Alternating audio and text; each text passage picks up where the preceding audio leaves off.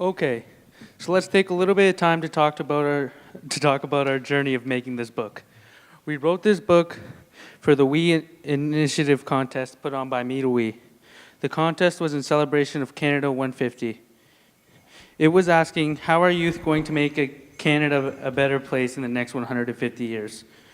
There are 4 themes you could choose from, so we chose the topic of reconciliation. We ended up writing about what has happened at our high school and our journey. Unlike normal students that go home after we are done exams, we decided to stay at school and write a picture book. It was really hard to figure out what we wanted to include and what we didn't want to include. Really, we could have written a chapter book, but we just didn't have time. We ended up writing the book in 1 day and illustrating it in 2 days. We then filmed ourselves reading the story to a small group of young children at the walking bridge near Crofters Jam.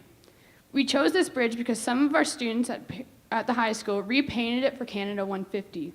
The mural incorporated our high school POW's theme of 7 generations, which talks about looking 7 generations into the past and 7 generations into the future. The book and video is what we ended up submitting to the contest in July. At the beginning of September, we were contacted by a journalist from the Globe and Mail requesting an interview. After our interview, an article was published about the work that had been done in our school and this book. 3 days after the interview, we received the news that we had won the We Innovate contest.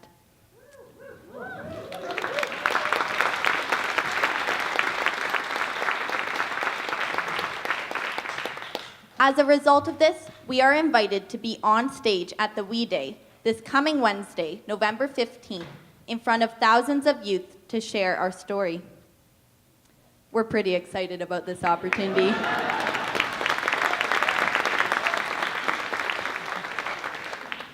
We decided after that we needed to share this story with not only our local community before we brought it to a provincial level. So Patty and myself brainstormed some ideas and thought it'd be cool to do a book tour to all the elementary schools around Parry Sound. Since finishing high school and myself being on a gap year, I ended up being able to travel to almost all of the elementary schools in our area that would eventually be coming to our high school. This story was shared to over 700 students in our community.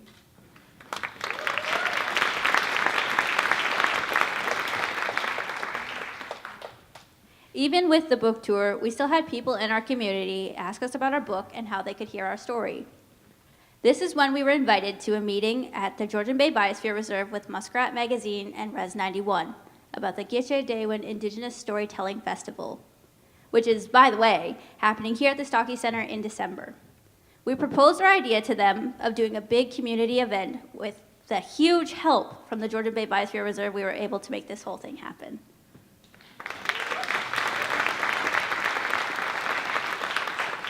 We would like to thank you all once again for coming out tonight. We would also like to thank Meg Wallace for photographing the event this evening, and Norm Weichel for filming the event. Our main goal now is to try and get the book. Our main goal now is to try and get the book published. We will hopefully have more details and even copies of the book at the Storytelling Festival, which is happening here at the Stocky Center on December 15th and 16th. We are very close to figuring out a publisher, but we don't have enough details yet. Just a couple more things before you leave us this evening. The beautiful mural of the bridge that you saw here on the stage on the last slide was painted by Melissa Beasley, and it is now out in the lobby, and we'd like to welcome you to go out and sign it or write a little message on your reflection of the evening.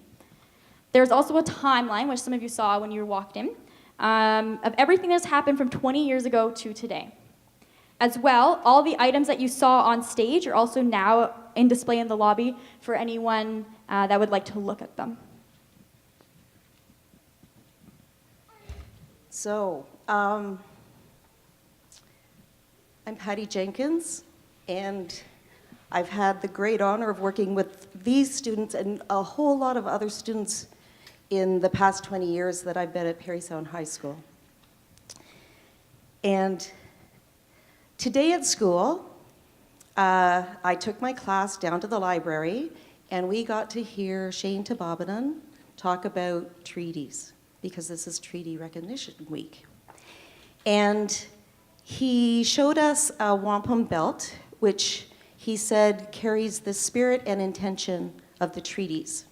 And learning more about treaties is my goal right now, because that's one of the calls to action. So that's mine that I'm working on. And the wampum belt, that was the spirit and intention of the treaty, was the one that had the two purple straight lines that represented the indigenous ship and people, and then the European ship, and then the indigenous, like the canoe, two communities moving along beside each other, journeying, and not influencing each other, impacting each other. What I learned was that the three stripes in between represented how the communities are to be in relationship with each other. And it represented peace, friendship, and respect.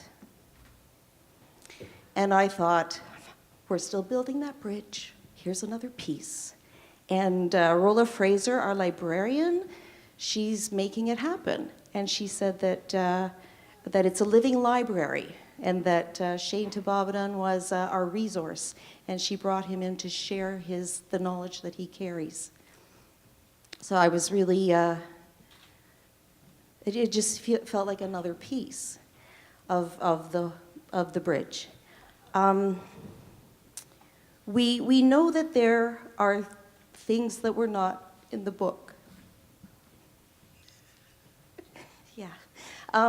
The tears are not in the book. The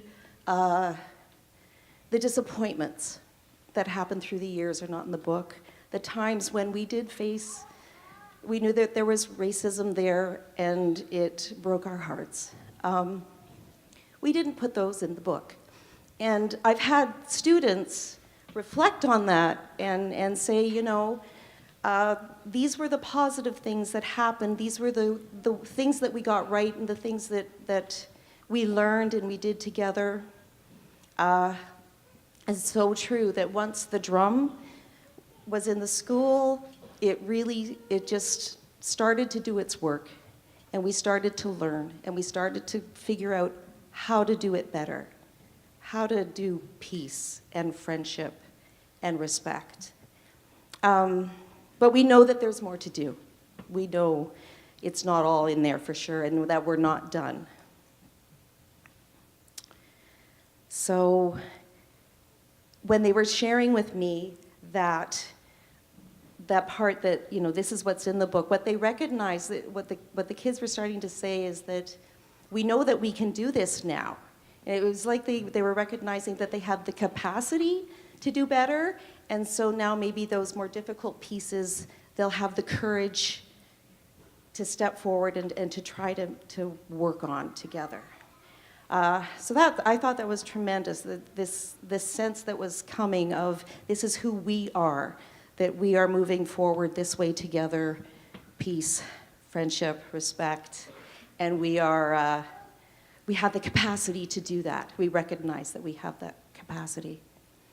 So I can't be prouder. And I have presents for you.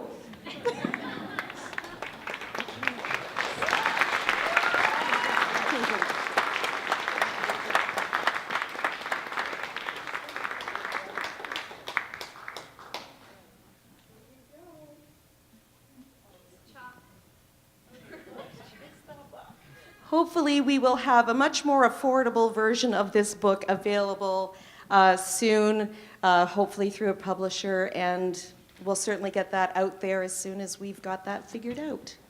Miigwech, everyone. Thank you for coming this evening.